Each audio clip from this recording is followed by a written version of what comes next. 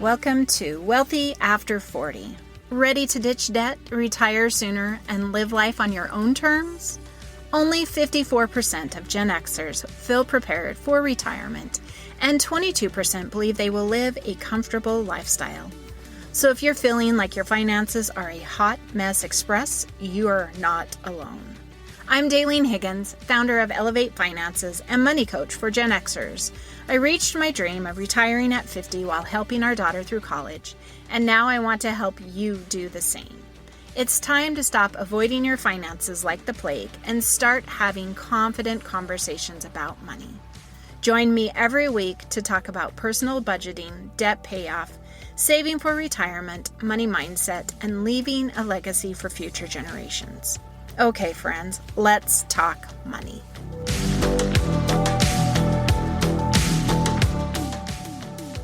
Welcome back to another episode on the Wealthy After 40 podcast, where we are going to be talking about where to put all of that savings. Last episode, we talked about your purposes and your whys. Hopefully you have defined those, because there are several savings options, savings accounts that will support your various goals. So stay tuned for that.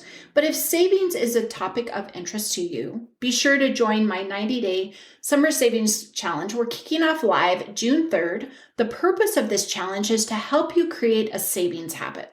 So as you listen to this episode and the ones to follow, you'll understand why to save, where to save, but then those little habits that you need to create those savings. I know we discussed it just a little bit last episode, but hopefully you'll join me. If you're interested, check out the link in my show notes or go visit my website to learn more and get registered. All right, so jumping into today's topic of all of our savings account options. So savings accounts are fairly liquid. The ones I'm going to be talking about today, I will give the different restrictions or things like that. But money that is considered liquid means that you have quick access to it, fairly quick access. And when you do access it, it doesn't, lose any amount. As we talk about the different savings accounts in today's episode, hopefully you'll get a little more clear on what that definition of liquid means. So to kick it off, we are going to start with the traditional savings account. This is typically found at any bank or credit union. It's in a brick and mortar building, more than likely is paying a lower interest rate than some of the others that we are going to talk about. But how does this savings account support you?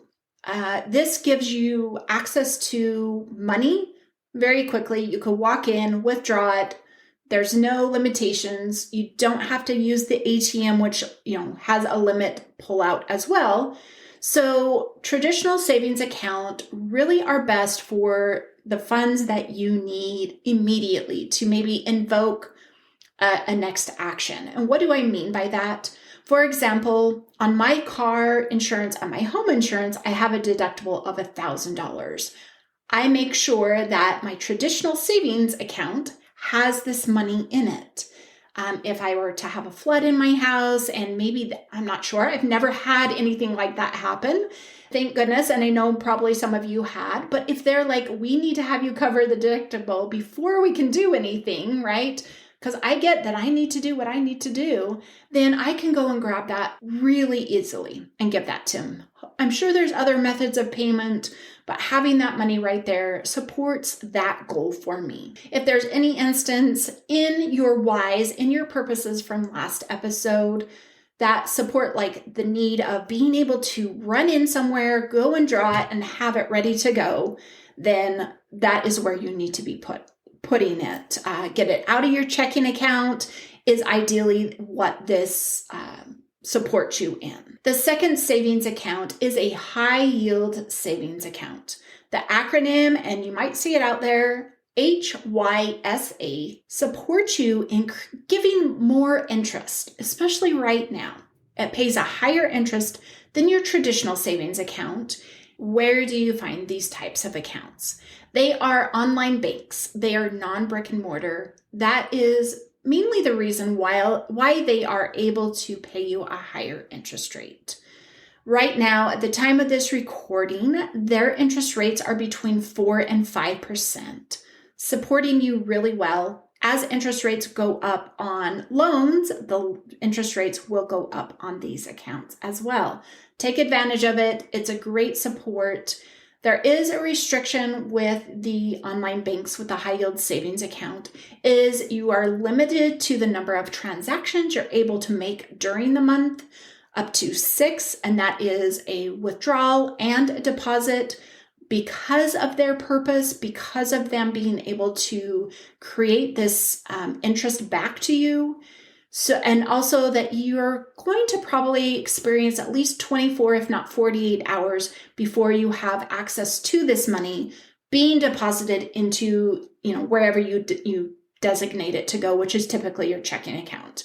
So just remember those limitations, but it is a great place to put your emergency funds, to put your vacation funds for things that they're going to be sitting there for a while, right? We're not going to have to access them really, really quick. And even though I say emergency funds, these are for like car repairs. Again, if you have that, deductible in your traditional savings, that will support you. If there's any extra you need to pay, that could come from this and you can make that request. So it's very important as you're structuring where your money is going to remember your purpose.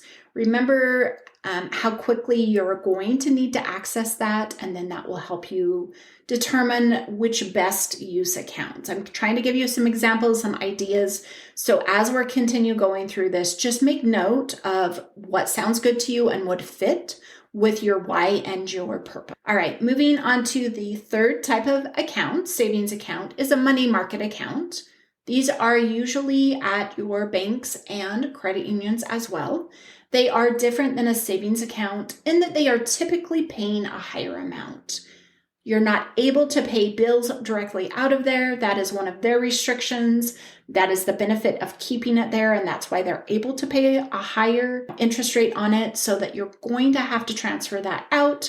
There may be a delay. I don't have experience with money market beyond that knowledge, so just make sure you look at the delay in being that transfer to your checking account where you can use it. I've worked with clients who are taking advantage of this higher interest rate, but they don't recognize that the money they're putting in there is actually their bills money.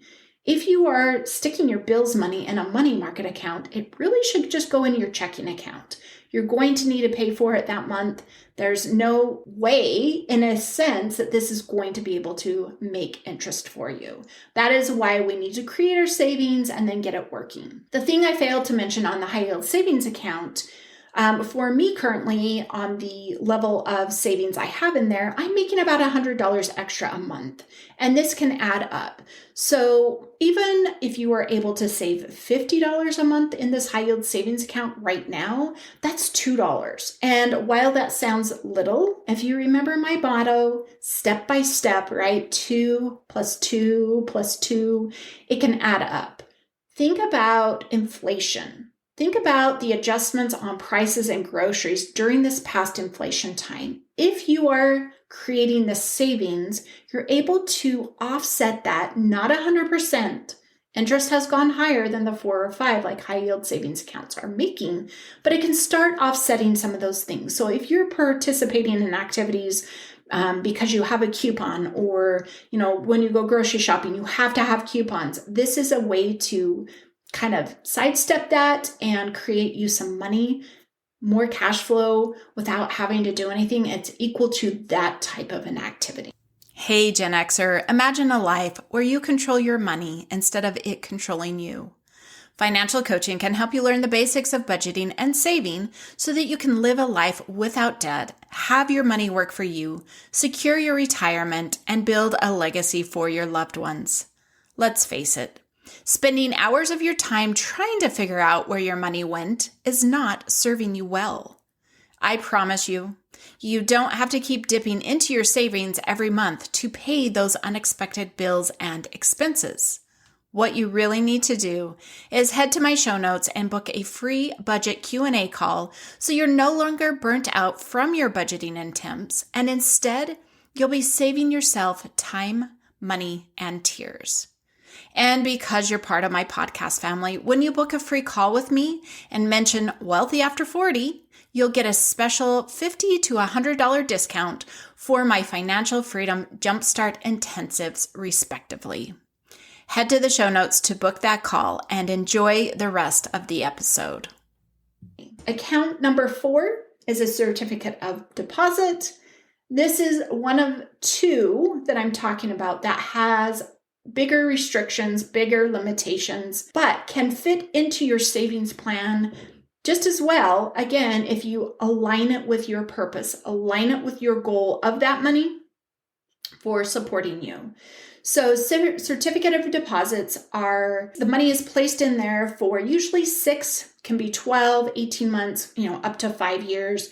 They'll guarantee you this much interest rate, which is a great thing to have if you're early on to when interest rates fall. Just aligning that up with a goal. If you're not looking to go on a family travel for 2 or 3 years because you have other things going on, you could take advantage of a certificate of a deposit and align that mature date up with your travel date and looking at those things. That's how those would best work and best serve you. I would not put emergency funds in certificate of deposits.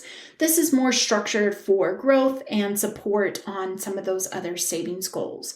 If you did need to pull it out, the penalty for early withdrawal is losing your interest, but you get your money back. It doesn't take more than what you put in, it just doesn't earn any interest. So be sure, if those are a part of your savings plan, that you line up your purpose and the date. Again, that's why it's important to define those goals and know when you want to do it. And line that up with a certificate of deposit. They're paying pretty good money right now as well, and definitely explore those. The last account I want to talk about is another one with restriction, with limitations. It is the health savings account, but it is also a very powerful savings account. If you are somebody who has, maybe your family, there's a family member who has a lot of medical needs, there's, as long as you have the high deductible health plan, you can participate in one. I'm not going to go into too much detail of this. Next episode, I have a guest. He is discussing, we had an amazing conversation for about 30 minutes and we dove deep into the HSAs. So I hope you tune in for that. But this is pre-tax. Savings goes in before your income is taxed. And then what you can use it on is anything medical related. How do you define that?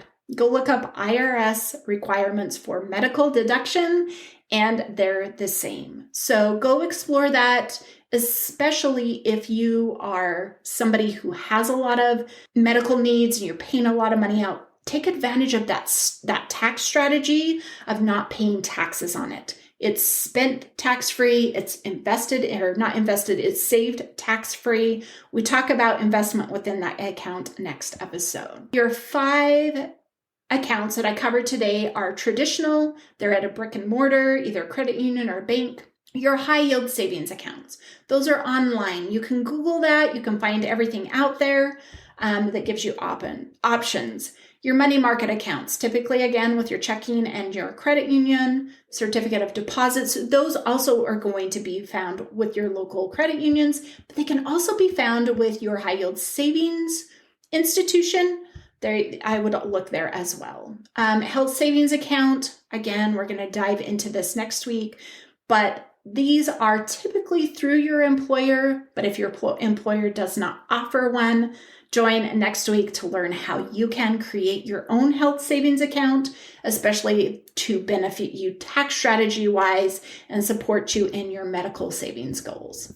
It's important to understand your goals, to understand your savings account. I talked about it a little bit, really exploring all of the different options, accessibilities, things like that. Some high yield savings accounts have savings buckets within them, so you put the money in there, but then you're able to divide it out to your multiple goals and look at it that way. What I suggest in being able to begin your savings is really prioritize what your need is, right? With your emergency funds, with those unexpected expenses, those things where you want safety, security, and protection. Look at those, prioritize those, and then prioritize your goals. Which one do you want? If you want to go on a summer vacation right now, that's got to be at the top of your list. Make sure you're factoring in the desire of, getting there sooner than later. And you can definitely, strategize to create that plan to cover all of those things. A few factors to consider when choosing a savings account. Now, this is relative to any of them. Interest rates. But again, with that, I know mine was the highest when I signed up for it. It's about middle of the road now. They fluctuate. You can jump in at the highest one right now. It will fluctuate and, they kind of take their turn on the top of the list and the bottom of the list. So more than just that, make sure there are no fees. Make sure there is easy access. Make sure your online banks have an ATM system that you can get the money through.